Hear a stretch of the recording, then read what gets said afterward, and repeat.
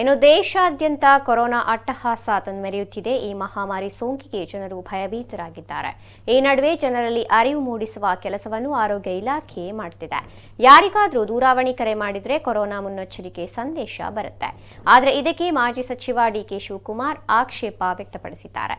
ಟ್ವಿಟರ್ನಲ್ಲಿ ಈ ಕುರಿತಾಗಿ ಅಸಮಾಧಾನ ವ್ಯಕ್ತಪಡಿಸಿದ ಡಿಕೆಶಿ, ಎಮ್ಮೆಗೆ ಜ್ವರ ಬಂದರೆ ಎತ್ತಿಗೆ ಬರೆ ಹಾಕಿದಂತಾಗಿದೆ. ಕೇಂದ್ರ ಆರೋಗ್ಯ ಮತ್ತು ಕುಟುಂಬ ಕಲ್ಯಾಣ ಇಲಾಖೆ ಎಲ್ಲ ದೂರವಾಣಿ ಕರೆ ಆರಂಭದಲ್ಲಿ ನೀಡುತ್ತಿರುವ ಕೊರೋನಾ ಕುರಿತು ಮುನ್ನೆಚ್ಚರಿಕೆ ಸಂದೇಶ.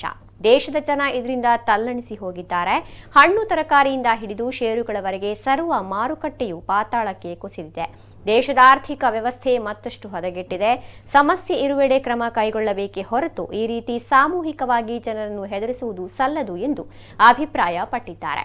ಜನರಲ್ಲಿ ಅರಿವು ಮೂಡಿಸುವ ನಿಟ್ಟಿನಲ್ಲಿ ಕೇಂದ್ರ ಆರೋಗ್ಯ ಮತ್ತು ಕುಟುಂಬ ಕಲ್ಯಾಣ ಪ್ರತಿ ಫೋನ್ ಕರೆಗೂ ಮುನ್ನ ಕೊರೋನಾ ಮುನ್ನೆಚ್ಚರಿಕಾ ಸಂದೇಶಗಳನ್ನು ನೀಡುತ್ತಿದೆ.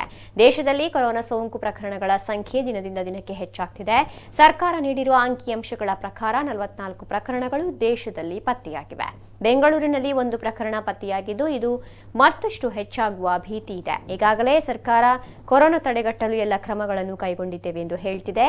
ಆದರೆ ಜನರಲ್ಲಿ ಭೀತಿ ಹೆಚ್ಚಾಗುತ್ತಿದ್ದು ಸರ್ಕಾರದ ಕೆಲವೊಂದು ನಡೆಗಳು ಅನುಮಾನಕ್ಕೀಡೆ ಮಾಡಿಕೊಟ್ಟಿದೆ.